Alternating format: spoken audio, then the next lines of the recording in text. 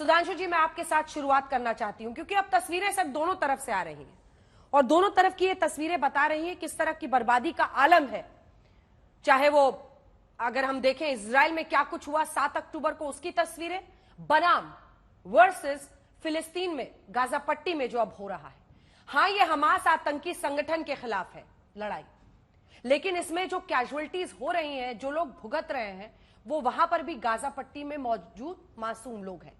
अब इसमें कैसे डिफरेंशिएट करे आदमी, इसमें किस तरह से आगे बढ़े? ये जो बर्बादी तक हमें करना है, इंतकाम हासिल करने तक नेतन्याहू का अटैक है, जिसमें अभी अभी उन्होंने ब्लिंकन से, विदेश मंत्री, अमेरिकी विदेश मंत्री से मुलाकात के बाद कहा है कि हम पीछे नहीं हटेंगे।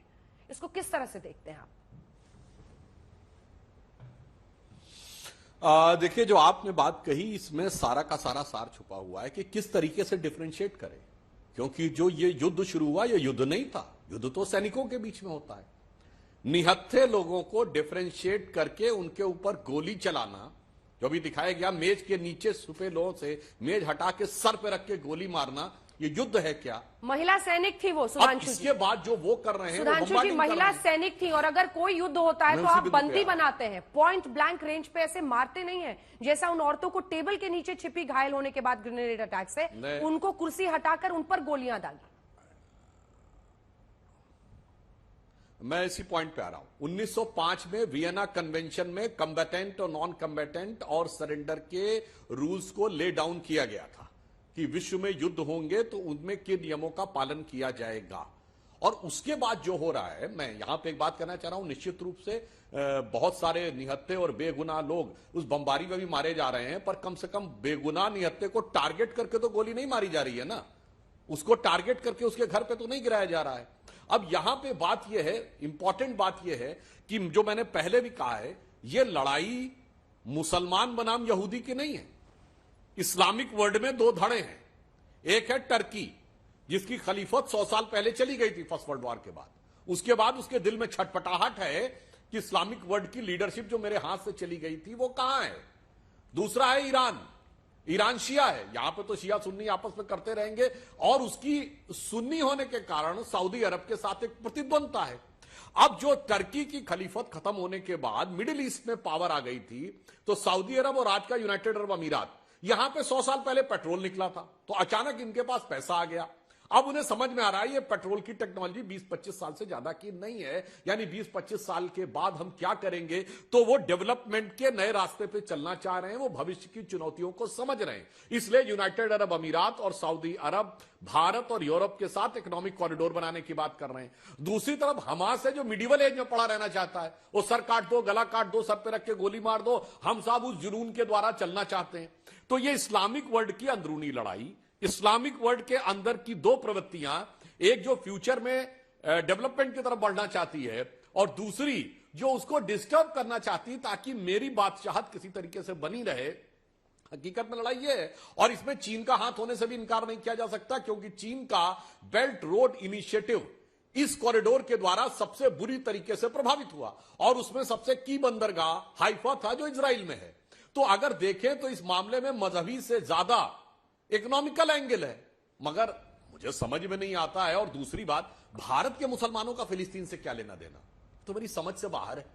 अरे भाई, कोई आपके यहां कोई चैरिटी चलती है, कोई स्कूल चलते हैं, क्या चलते हैं, कोई कनेक्शन नहीं है ना, आपका कोई रेशियल कनेक्शन है, ना कोई इमोशनल कनेक्शन है, ना कोई इकोनॉमिकल कनेक्शन है, मगर खाम खामे भारत के अंदर एक खतरनाक राजनीति है कि चंद कट्टरपंथी लोगों को खुश करके उनके चंद वोट मिल जाएं, 1-आधा% भी बढ़ जाए तो क्या। आज आपने देखा ना, कांग्रेस के नेता मणिशंकर अय्यर और कई लोग फिलिस्तीन चले गए, उसमें कम्युनिस्ट पार्टी के नेता भी थे सॉलिडरिटी व्यक्त करने। अंजना जी, इतना हास्यास्पद लगता है, एक मुस्लिम कंट्री बता दे जहां कम्युनिस्ट पार्टी बैंड ना हो। बैंड अगर कह दो कम्युनिस्ट पार्टी के मेंबर जेल में डाल दिए जाए, और जाके वहां सॉलिडरिटी दिखा रहे हैं उनके साथ, तो समझ से ही परे है कि मेरे भाई आप क्या करना चाह रहे हो। मतलब जिसे कहते हैं 100 जूते खाएं तमाशा फिर भी देखें। इसलिए मैं कह रहा हूं, इसको राजनीति से अलग हटकर ईमानदारी से देखिए। यह विश्व के अंदर की जियोपॉलिटिक्स में मुस्लिम वर्ल्ड के अंदर वर्चस्व की एक लड़ाई है, जो सऊदी अरब, यूनाइटेड अरब अमीरात को अलग करके टर्की और ईरान अपना लड़ना चाह रहे हैं। इसको इस नजरिए से देखें तो हम ज्यादा बेहतर पिक्चर समझ सकें। वारिस पठान साहब, क्या आप इससे सहमत नहीं है? वरना आप देखिए ईरान किस तरह से धमकी दे रहा है कि अगर आप फिलिस्तीन में घुसेंगे तो हम आप पर बमबारी कर देंगे, उकसा रहा है। और ये साफ दिख रहा है कि चाहे वो यूनाइटेड अरब एमिरेट्स हो या फिर सऊदी अरब हो, अब ये लोग युद्ध और इस तरह की लड़ाई में अपने देशों को नहीं झोंकना चाहते हैं। उनके लिए धर्म और धर्म से जुड़ा हुआ जिहाद अब कोई मायने नहीं रखता है। उन्हें अपने कौम को आगे विकास की राह पर ले जाना है, तभी वो इकोनॉमिक कॉरिडोर बनाना चाहते हैं भारत से लेकर यूरोप तक। जी जी बिल्कुल। देखिए अंजना जी, हमास तो सिर्फ एक बहाना है। इसराइल का मेन निशान तो ऐसा है कि उनको अरब वर्ल्ड के अंदर सुप्रीमेसी हासिल करना है, इसलिए वो पूरे सिविलियंस का नरसंहार करना चाहता है बॉम्बिंग के द्वारा, फास्फोरस बॉम्ब यूज करके। वरना बताइए ना मुझे, हमास का बहाना लेकर लेबनान पे क्यों अटैक किया, लेबनान पे क्यों बॉम्बिंग किया? लेबनान में तो हमास नहीं है। सीरिया में क्यों बॉम्बिंग कर दिया? सीरिया में तो हमास नहीं है। तो इसीलिए ना इसराइल चाहता है कि दिखाइए वारिस साहब को मेरे साथ। हिजबुल्लाह ने 7 तारीख को अटैक नहीं किया था, लेकिन हिजबुल्लाह ने 7 तारीख को अटैक नहीं किया था अंजना जी। लेबनान के अंदर हिजबुल्लाह है। 7 तारीख को जो अटैक किया तो हमास ने किया था, तो हमास के खिलाफ कार्रवाई करनी चाहिए, मगर ये तो सिविलियन को मारता जा रहा है। आपको हमास के बाद अब हिजबुल्लाह की भी चिंता होने लगी वारिस पठान साहब।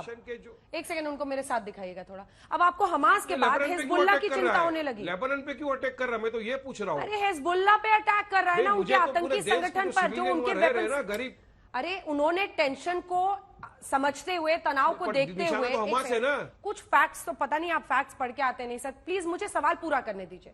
हिजबुल्लाह ने चूंकि अपने तमाम हथियारों के साथ वो वहां पर लैस हो गए, उन्होंने धमकियां देना शुरू की, तो जाहिर तौर पर इसराइल को डर है कि उसका नदन बॉर्डर में भी जंग ना शुरू हो जाए। वो वहां पर पहुंचे, वहां पर तनाव बढ़ा, उसके बाद से उन्होंने भी कुछ हमले किए, इन्होंने भी काउंटर अटैक किया है, उन्होंने भी इनके कई हथियार इजरायली सेना के वहां पर नुकसान पहुंचाया है। हमारे सहयोगी अशरफ वानी जो वहां पर मौजूद हैं बता रहे हैं। पूरी खबर पढ़िए ना सर, यही फर्क है खबर और प्रोपोगंडा में, क्योंकि हर युद्ध में आपको खबर सिखा, मैं आपको खबर बता रहा हूँ। हाँ। पूरी खबर आपको बता रहा हूँ अंजना जी।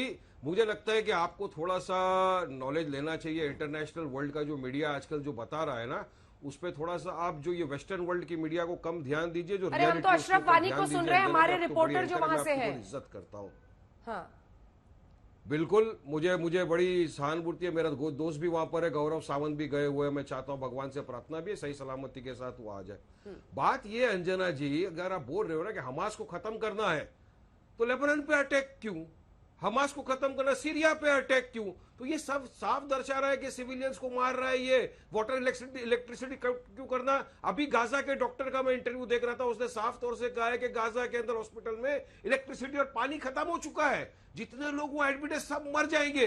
यही तो इसराइल चाहता है, इसीलिए वहां पे जाने नहीं देता, बॉर्डर रोक दिया। अब अनाउंस करता है कि 10 घंटे में तमाम नागरिकों को यहां से निकल जाना चाहिए गाजा से। आप साउथ की तरफ सबके सब चले जाइए। सब पब्लिक बेचारी साउथ की तरफ भागती है, धोखे से वहां पे बम्बार्डिंग करके मार दिया जाता है, 70 लोग की जाने चले जाती है। वो बड़े बड़े जो जर्नलिस्ट है आप ही की तरह वर्ल्ड के अंदर, उन्हीं के मैं बता रहा हूं, मेरा तो कोई आदमी वहां पे है नहीं।